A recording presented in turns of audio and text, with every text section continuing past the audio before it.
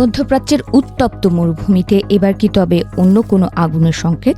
একদিকে Israel America আর অন্যদিকে ইরানের মধ্যে চলা যুদ্ধের দামামা, ঠিক এই অগ্নিগর্ভ পরিস্থিতির মধ্যেই কেঁপে উঠল ইরানের মাটি। শনিবার সকালে বন্দর আব্বাসের কাছে 4.1 মাত্রার এক রহস্যময় কম্পন অনুভূত হয়েছে। কিন্তু সাধারণ মানুষ আর বিশ্ব রাজনীতির পর্যবেক্ষকদের মনে এখন একটাই প্রশ্ন, এটা কি শুধুই প্রকৃতির খেলা নাকি পর্দার আড়ালে চলা কোনো নিষিদ্ধ পারমাণবিক পরীক্ষার ফল?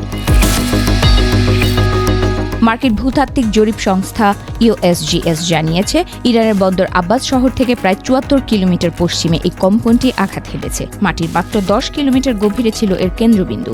4.1 মাত্রার এই কম্পন খুব একটা শক্তিশালী না হলেও এর টাইমিং বা সময় নিয়ে তৈরি হয়েছে বিতর্ক, কারণ বর্তমানে পশ্চিম এশিয়ার আকাশ জুড়ে বারুদের গন্ধ।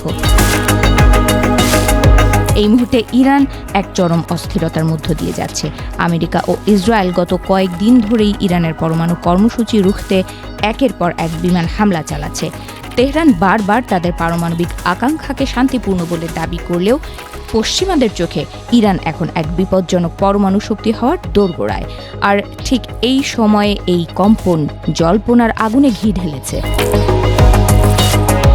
সোশ্যাল মিডিয়া থেকে শুরু করে আন্তর্জাতিক প্রতিরক্ষা মহলে কান পাতলেই শোনা যাচ্ছে এক চাঞ্চল্যকর প্রশ্ন, ইরান কি তবে গোপনে তাদের প্রথম পারমাণবিক বোমার পরীক্ষা চালিয়ে দিল?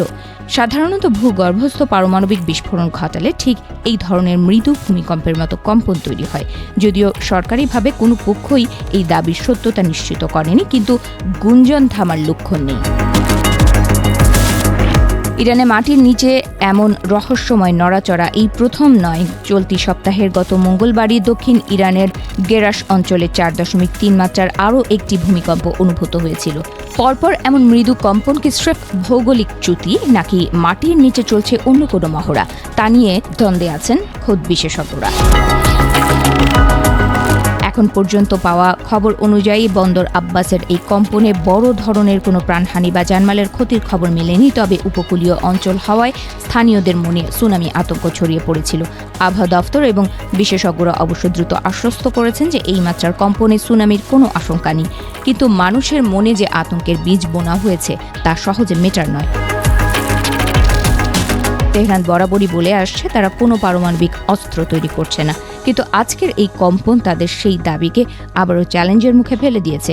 গোয়েন্দা সংস্থাগুলো এখন খতিয়ে দেখছে এই এলাকার রেডিয়েশন লেভেল বা তেজস্ক্রিয়তার মাত্রা।